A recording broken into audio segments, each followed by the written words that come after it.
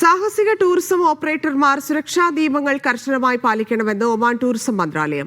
സന്ദർശകരുടെ സുരക്ഷയിലും പ്രകൃതിദത്ത സൈറ്റുകൾ സംരക്ഷിക്കുന്നതിനും അംഗീകൃത മാർഗനിർദ്ദേശങ്ങൾ കർശനമായി പാലിക്കേണ്ടത് ആവശ്യമാണെന്നും മന്ത്രാലയം ഓർമ്മിപ്പിക്കുന്നു. സാഹസിക ടൂറിസം ഓപ്പറേറ്റർമാർ നിയന്ത്രണങ്ങൾ പാലിക്കുന്നത് നിർബന്ധമാണെന്നും നിയമപരമായി ബാധകമാണെന്നും മന്ത്രാലയം പറയുന്നുണ്ട്.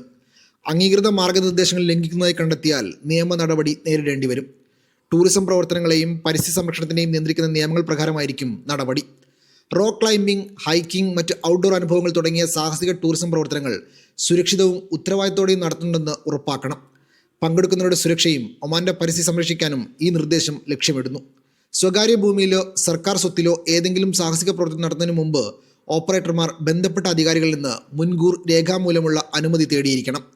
കയറുകൾ, സിപ്ലൈൻ ഇൻസ്റ്റാളേഷനുകൾ, ക്ലൈംബിംഗ് ഗിയർ എന്നിവയുൾപ്പെടെയുള്ള എല്ലാ സുരക്ഷാ സാഹസിക ഉപകരണങ്ങളും ഉപയോഗിക്കുന്നതിന് മുമ്പ് യോഗ്യതയുള്ള അധികാരികൾ പരിശോധിച്ച് അംഗീകരിച്ചിട്ടുണ്ടെന്ന് ഉറപ്പാക്കണം.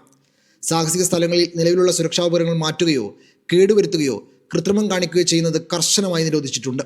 കാരണം അത്തരം പ്രവർത്തനങ്ങൾ സന്ദർശകരെ അപകടത്തിലാക്കുമെന്നും മന്ത്രാലയം കൂട്ടിച്ചേർക്കുന്നുണ്ട്. Media 1, Muscat.